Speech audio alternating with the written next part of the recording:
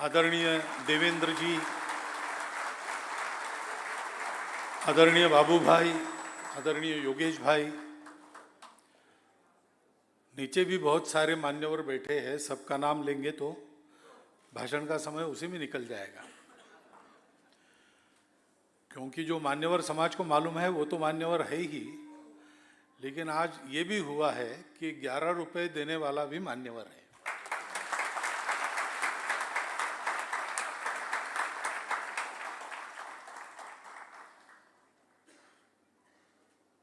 तो ये कहा गया बहुत परिश्रम पूर्वक मैं यहाँ आया। परिश्रम नहीं, समय निकाल के आया, ये बात सही है, क्योंकि परिश्रम तो यहाँ किया गया है और मुझे केवल उसका संज्ञान लेना है। अपने समाज में इतना अच्छा काम चल रहा है, कई बार जो चर्चाएं होती है और चर्चाएं बहुत सारी नकारात्मक चर्चाएं ज़्यादा सुनने को मिलती है, लेकिन जब हम पूरे देश में घूमते हैं और देखते हैं तो ध्यान में आता है कि ये जो खराब है खराब है खराब है होगा भी, लेकिन उससे कम से कम 40 गुना अधिक अच्छा है अच्छा है अच्छा है देखने को मिलता है।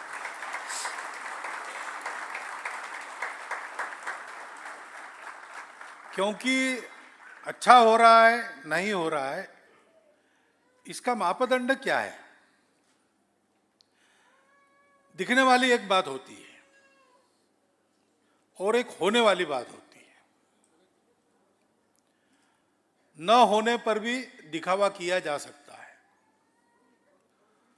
द्वितीय महायुद्ध में रिबेनट्रॉप, जर्मनी का परराष्ट्र मंत्री, वो इंग्लैंड के दौरे पर गया महायुद्ध के पहले।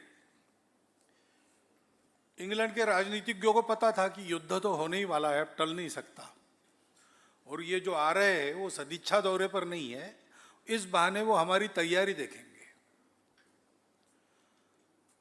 तो उन्होंने कार्डबोर्ड के एयरप्लेन्स वगैरह तैयार किए और उन सबका निरीक्षण करवाया रिबेनट्रॉप से। सेना उतनी नहीं थी तो लोगों को यूनिफॉर्म में डालकर खड़ा कर दिया जैसे तैसे, और ये दिखावा किया कि जर्मनी विचार करे क्योंकि हमारा बल इतना है। उतना नहीं था, ऐसे दिखावे हो सकते हैं। और दिखावे भी नहीं, जो दिखता है उसमें देखने वाला भी अगर ऊपर ऊपर की बात देखे तो वो भरमा जा सकता है, परंतु होने की बात ऐसी है कि वो कभी किसी को ठगती नहीं। हमारे यहां पर दोनों बातों का महत्व है, होना भी है दिखना भी है, लेकिन दिखना होने का परिणाम हो तो फिर वो जो दृश्य खड़ा होता है वो चिरस्थायी होता है। और ये सब जो दिखता है उसके पीछे उसको स्थायित्व प्रदान करने वाला भाव कौन सा है? तो वो संवेदना का भाव है, अपनेपन का भाव है। ये मनुष्य की विशेषता है, प्राणियों में ये नहीं रहता। प्राणियों में एक निर्विकारता रही, थोड़ी बहुत संवेदना दिखती है, कुछ दिन तक दिखती है, उसके बाद नहीं दिखती है। बच्चे बड़े होने के बाद उनका परिवार अलग हो जाता है जानवरों में, उसका किसी को कोई दुख नहीं रहता, वहां पे ये नियम है। दूसरे का दुख दूसरे का सुख ये वो देखते नहीं है। सामान्यता ऐसा है, बैल घास खाता है, जब तक उसका पेट नहीं भरता तब तक किसी को पास फटकने नहीं देता, उस घास को मुंह लगाने नहीं देता। लेकिन एक बार उसका पेट भर गया कि फिर उस घास का क्या होता है उसकी चिंता भी नहीं करता। जो बची हुई घास है कल के लिए गट्ठर बांध के घर नहीं ले जाता, उसको कल की चिंता वगैरह ये सब उसके विचार के बाहर है। उसको भगवान ने जन्म दिया है, क्यों दिया है उसको पता नहीं। मरना है एक दिन, वो क्यों मरेगा, कैसे मरेगा, वो भी पता नहीं। मरते दम तक जीना है, इतना ही पता है। और इसलिए अपना जीवन यही उसका विश्व है। अपना जीवन केवल जीने वाले पशु को कोई स्वार्थी भी नहीं कहता, क्योंकि वो उसका स्वभाव है। परंतु मनुष्य का ऐसा नहीं है। मनुष्य दूसरे का दुख देखकर चुप नहीं रह सकता, वो कुछ करेगा। नहीं कर सकता है तो आंखें मूंद लेगा, दिखे नहीं। लेकिन खुली आंखों से दुनिया का दुख वो देख नहीं सकता। ये सभी मनुष्यों में होता है। आपने कभी अनुभव किया होगा, बहुत छोटे बच्चे जो होते बोल नहीं सकते, तो कहीं पर ज्यादा हो हल्ला हुआ या कभी कहीं पर रोना ही रोना शुरू हो गया, तो वो भी, उसका संबंध हो ना हो, वो रोना शुरू कर देता है। क्योंकि मनुष्य को संपूर्ण सृष्टि में व्याप्त ये जो अस्तित्व है, उसकी एकता का थोड़ा बहुत भान रहता है। कॉन्शियसली रहता है, अनकॉन्शियसली रहता है। बच्चे को वो कॉन्शियसनेस नहीं है, ये क्यों हो रहा है वो सोचता नहीं, उसको समझ में भी नहीं आता। लेकिन वो है, वो एकता हम सब में है, वो संवेदना उसी का परिणाम है। इसलिए 10 लोग रोने लगेंगे, वो भी रोएगा। ये जो संवेदना है, वो मनुष्य में जितनी मात्रा में अधिक, उतना मनुष्य बड़ा। ऐसा है। तो अपने लिए जीता है, उत्तम जीता है, सद्गुणी मनुष्य है, व्यवस्थित है, सब काम समय पर अपना करता है, शुचि है और दक्ष है। गीता में कहा है, अनिकेत शुचिर दक्षा, शुचि है और दक्ष है, तो लोग उसको कहते हैं अच्छा आदमी। लेकिन जो मनुष्य अपने परिवार को ठीक रखता है अपने साथ साथ, उसको लोग और अच्छा मानते हैं। जो अपने गांव को ठीक रखता है, उससे और अधिक अच्छा मानते हैं। ऐसा क्रम से जाते हैं तो हम जिनको महात्मा कहते हैं, महापुरुष कहते हैं, साधु कहते हैं, वो कैसे होते हैं? हे विश्वची माझे घर, ऐशी जयाची मती स्थिर, किंबहुना चराचर आपणची झाला, सर ज्ञानेश्वर महाराज ने कहा। वो हमारा आदर्श है, हमारी मनुष्यत्व की यात्रा है, वहां तक जानी चाहिए, ऐसा हम सब लोग कॉन्शियसली या अनकॉन्शियसली सोचते हैं। और ये कार्यक्रम छोटा है, ऐसा कहा आपने, छोटा हो बड़ा हो, अस्पताल आपका 140 100 कितना 114 बेड का हो या 11 बेड का, उसके पीछे की दिखने में कम ज्यादा होगा। 14 बेड का हॉस्पिटल छोटा होगा, 114 का बहुत बड़ा होगा। नागपुर में अभी एनसीआई शुरू हुआ है, देवेंद्र जी भी उससे जुड़े हैं, वो तो और भव्य दिखता है। तो ये दृश्य तो कम अधिक होगा, परंतु उसके पीछे की जो भावना है वो समान है, वो मनुष्यता है। और हमको इस मनुष्यता को सारी दुनिया को देना है, उसके लिए हम बड़े हो रहे हैं। लेकिन वो देना है या नहीं, वो हमारे यहां उसका उत्कर्ष दिखना चाहिए, तो वो दिखता है, देखने वालों को दिखता है, खोजने वालों को मिलता है। क्योंकि कुछ लोग होते हैं जिनको नहीं देखना है। दुर्योधन गया भीष्म पिता के पास एक शिकायत लेके कि आप हम दोनों के दादा हो, कौरवों के और पांडवों के, लेकिन आप पार्शलिटी करते हो, पांडवों की तरफ ज्यादा झुके हैं आप। भीष्म ने बहुत समझाया, लेकिन उसने नहीं माना, हठी तो था ही पहले से। तो फिर भीष्म ने कहा अच्छा इसका कारण भी है। क्या कारण है? तो कल तुम युधिष्ठिर को लेके आओ, फिर बताता हूं। दोनों आए दूसरे दिन, तो कहा कि देखो एक काम करो आप दोनों। युधिष्ठिर को कहा कि जाओ दुनिया में घूमो, जहां जहां जा सकते हो, कोई एक बुरा आदमी पकड़ के लाओ। और दुर्योधन कहा तुम भी घूमो और कोई एक अच्छा आदमी पकड़ के लाओ। 15-20 दिन के बाद दोनों खूब घूम के आए, इधर उधर जितनी दुनिया मालूम थी उन सब में जाकर आए। और युधिष्ठिर ने कहा कि कोई बुरा नहीं मिला। जो सबसे बुरा दुनिया मानती है उसके पास गया तो मुझे ध्यान में आया कि उससे बुरा तो मैं हूं, तो मैं ही चला आया हूं आपके पास। तो दुर्योधन ने कहा मुझे अच्छा आदमी कोई नहीं मिला। आजकल आपको सबसे अच्छा माना जाता है हमारे कुल में, लेकिन आप तो पार्शल है, तो दुनिया में कोई अच्छा आदमी नहीं है। अब फर्क क्या है? दृष्टि का फर्क है। युधिष्ठिर को अच्छाई दिखती थी, अच्छाई देखनी थी, तो उसको प्रत्येक व्यक्ति की अच्छाई दिखती थी। दुर्योधन को कमियां ही देखनी थी, तो प्रत्येक व्यक्ति की बुराई वो देखता था। ऐसे अपने देश के बारे में दोनों प्रकार का संवाद चलता है, लेकिन मेरा अपना अनुभव यह है कि ऐसा है 40 गुना अधिक अच्छा हो रहा है।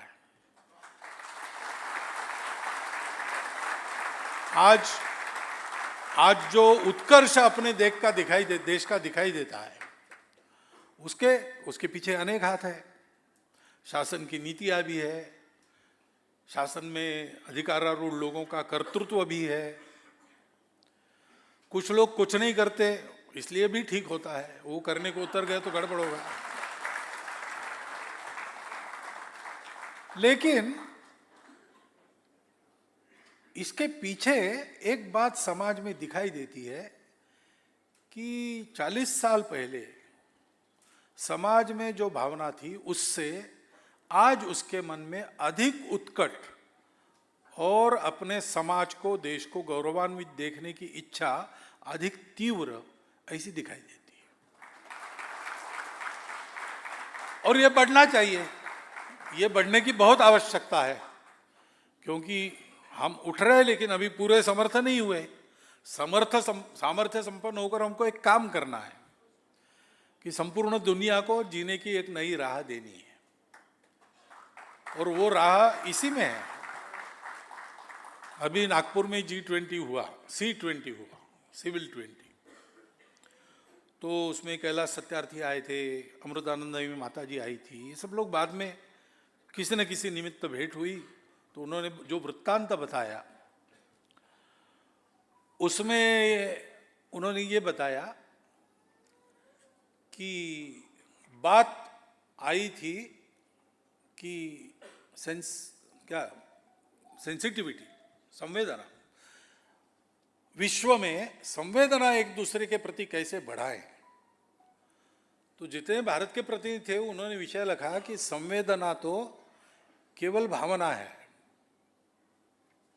उसके साथ जब कृति जुड़ जाती है तो उसको करुणा कहते हैं। तो आप ग्लोबलाइजेशन वगैरह की बात कर रहे हैं, संवेदना के लिए साधन जुटाने के लिए ग्लोबलाइजेशन ऐसा बोल रहे हैं। हम कह रहे हैं भारत के लोग कि आप करुणा का ही ग्लोबलाइजेशन करो, ऐसा विषय वहां रखा गया है। हमको यही देना है, और इस ऐसी देन देने के लिए हमको समर्थ बनना है। तो इसलिए ऐसा जहां जहां है वहां अगर बुलाते हैं और समय है तो समय में से समय निकालकर मैं वहां पहुंचता हूं, क्योंकि वो प्रोत्साहन भी होता है।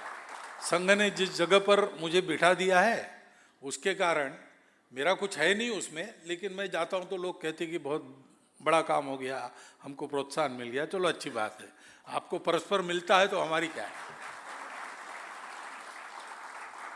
परंतु दूसरी बात यह भी है कि हम जो काम कर रहे हैं उस काम में हम लोगों की बैटरी चार्ज होती चले तो ऐसे दृश्य बीच बीच में दिखना देखना आवश्यक रहता है। यानी संघ के प्रारंभ की बात ऐसी बताई जाती है कि समाज तो सोचता था कि हिंदू जाति मृत है, ऐसा है, वैसा है, वैसा है। लेकिन संघ का पहला पथ संचलन निकला 1928 में। उस पथ संचलन में 21 लोग चले। गणवेश नहीं था किसी के, सबके पास नहीं था। 2-4 लोग धोती में भी थे उसमें। बैंड के नाम पर एक फूटा ढोल था और एक बिगुल था, और ढोल और बिगुल बजाने वाला वादक एक ही था। और आए, चल के आए। तो दूसरे दिन डॉक्टर हेडगेवार के घर नागपुर के सज्जनों की भीड़ लगी भी मिलने के लिए। डॉक्टर हेडगेवार, बहुत अच्छा, आपने हिंदू संगठन कर लिया। क्योंकि उस समय तक नागपुर के हिंदू समाज ने 21 लोग एक दिशा में एक मुंह करके कदम मिला के चलते हैं तो देखा ही नहीं था। 21 शुरू हुए तो अंत तक 21 रहेंगे, ये भी देखा नहीं था। तो उनको जितना दिखा उनको लगा बहुत बड़ा हो गया और एक उत्साह आ गया। ऐसे हम लोग ये काम देखते हैं, छोटे हो बड़े हो उससे मतलब नहीं है से हमारा उत्साह बढ़ता है। तो इसलिए यहां ये जो भला काम हुआ है उसके लिए योगेश भाई का, सभी ट्रस्टियों का, आप सब योगकर्ता लोगों का मैं अभिनंदन तो करता ही हूं, मैं आपको धन्यवाद देता हूं कि आपने ये उत्साह बढ़ाने वाला काम बताया, समाज की एक आवश्यकता की पूर्ति। क्योंकि हम जानते हैं, पहले हम कहते थे मनुष्य की आवश्यकता रोटी कपड़ा मकान, लेकिन अब इतने से नहीं होता है। आज के अपने समाज में शिक्षा और स्वास्थ्य, ये दोनों अनिवार्यताएं बन गई है। अपना घर गिरवी लग के बच्चे को पढ़ाने वाले आज है समाज में लोग, बहुतायत में है। और अपना घर बेचकर अपना हार्ट ऑपरेशन उत्कृष्ट हॉस्पिटल में करवाने वाले लोग हैं। एक डॉक्टर साहब मिले, उन्होंने कहा कि अस्पतालों की बहुत ज़रूरत है, गरीबों को सस्ता इलाज। मैंने बोला क्यों, आपको ऐसा क्यों लग रहा है? हम सस्ता इलाज करवाएंगे तो आपका तो बंद हो जाएगा। और नहीं ऐसा नहीं है, सरकारी अस्पताल तो है, वहाँ सस्ते में इलाज होता है, लेकिन विश्वास नहीं है लोगों में। अब धीरे धीरे वापस आएगा जैसे जैसे उसकी श्रेणी बढ़ेगी। परंतु उन्होंने कहा कि मेरे पास मेरा एक पेशेंट आया, मैंने उसको कहा भाई तुम्हारा ये ऑपरेशन 8-10 लाख रुपए में जाता है, तुम्हारी परिस्थिति नहीं है तो तुम सरकारी अस्पताल में जाओ, वहाँ 2 लाख में तुम्हारा काम हो जाएगा। उसने कहा डॉक्टर साहब मैं अपना घर बेचूंगा लेकिन इलाज तो आपके हाथ से करना है, वहाँ नहीं करना है मुझे। यानी अपने स्वास्थ्य के लिए सब कुछ दांव पर लगाना, ये भी स्वभाव बना है। उसकी आवश्यकता है, उसकी पूर्ति होनी चाहिए।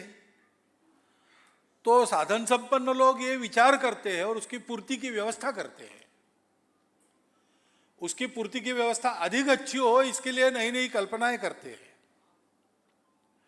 ये दृश्य जिस समाज में दिखता है वो समाज ऊपर उठता है, वो समाज बड़ा होता है और वो समाज दुनिया को उपदेश देने का अधिकारी बनता है।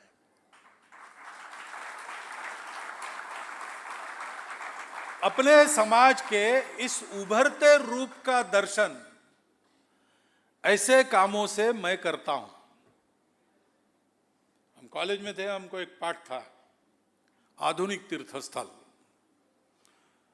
तो पंचवार्षिक योजनाओं के द्वारा जो भाखड़ा नांगल डैम बना, भिलाई का स्टील संयंत्र बना, तो लेखक ने एक बड़ी सूची उसकी थोड़ा थोड़ा वर्णन करके कहा कि स्वतंत्र भारत के लोग कैसे आगे बढ़ रहे, ये देखने को यहाँ मिलता है, तो ये आधुनिक तीर्थस्थल है। वैसे मैं मानता हूँ कि ऐसी सेवा जहाँ जहाँ चलती है, छोटी बड़ी कुछ भी हो, वो हमारे लिए तो समाज को जागरूक करना चाहने वाले लोगों को तो वही तीर्थस्थल है।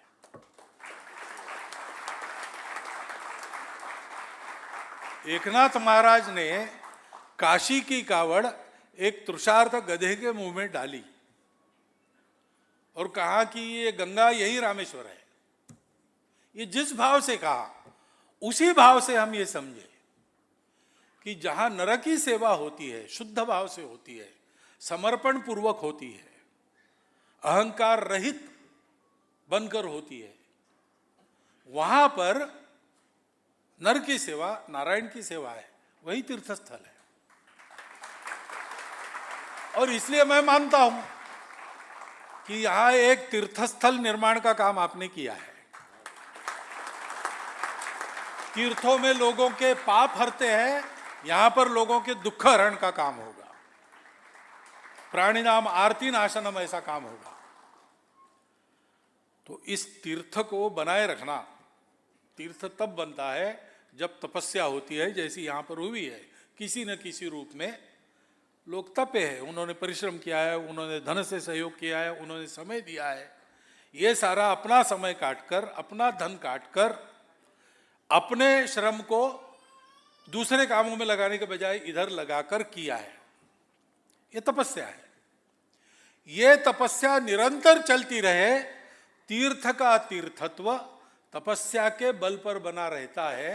ये तपस्या प्रारंभ हुई है, ये उत्तरोत्तर बढ़ती चली जाए, बनी रहे, आगे भी चले, तो ये तीर्थ सबको पावन करेगा। यहां आके जो देखेगा उनको भी पवित्र करेगा, उनको भी वैसे ही बनाएगा। कोरोना के समय के अनुभव आप सब लोगों के पास भी बहुत होंगे। एक गरीब झोपड़ी में गए हमारे कार्यकर्ता, वो रेशन किट पहुंचाने के लिए। 3 दिन से कुछ नहीं था, कुछ देने के लिए गए। तो घर में 2 ही लोग थे, पति पत्नी, प्रौढ़ावस्था में थे। उन्होंने कहा कि हमारे घर में 3 दिन से कुछ नहीं है, आप आए धन्यवाद, लेकिन हमारी पड़ोस वाली झोपड़ी है ना, उसमें 8 दिन से कुछ नहीं है, आप वहां दीजिए, हम और 5 दिन निकाल सकते। मनुष्य की अच्छाई को देखने से बढ़ती है, अच्छाई का अनुभव होने से अच्छाई बढ़ती है। ये तीर्थ मनुष्य को स्वस्थ बनाएगा, करुणामय बनाएगा। करुणा धर्म का एक पैर है, सत्य करुणा शुचिता तपस में, उससे धर्म बढ़ेगा, यानी समाज की धारणा करने वाला तत्व बढ़ेगा।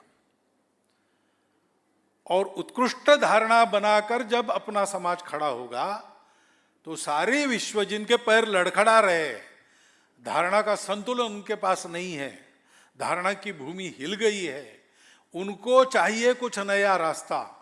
हम अपनी धारणा पर स्थिर होकर संपूर्ण दुनिया को ये वरदान देंगे, ऐसा हमको बनना है। उसका एक स्थान यानी शिक्षा, स्वास्थ्य के साथ साथ समाज की अप्रत्यक्ष शिक्षा का भी ये स्थान बना है। तो उसको वैसे ही बनाए रखना हम सबका कर्तव्य है। अकेले के दम पर बहुत काम योगेश भाई ने किया है, वो करते रहेंगे, करते रहना चाहिए, परंतु हमको उनको अकेले नहीं रहने देना चाहिए, उनके साथ जुटना चाहिए और जितना हो सके अपना योगदान उसमें करना चाहिए। ये संकल्प करके हम जाएंगे तो मैं समझता हूं कि आज का ये उद्घाटन समारंभ सार्थक हो गया। हमको प्रेरणा मिली, आपको प्रेरणा मिली, उत्साह से हम आगे बढ़े, इतना एक विनंती करके, आपने सुन लिया इसलिए आभार प्रदर्शित करके मैं अपने 4 शब्द समाप्त करता हूं।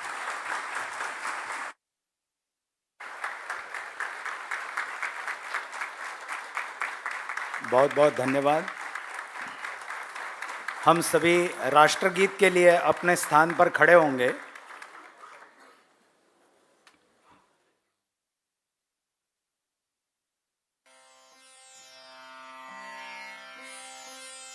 जनगण मन अधिनायक जय हे।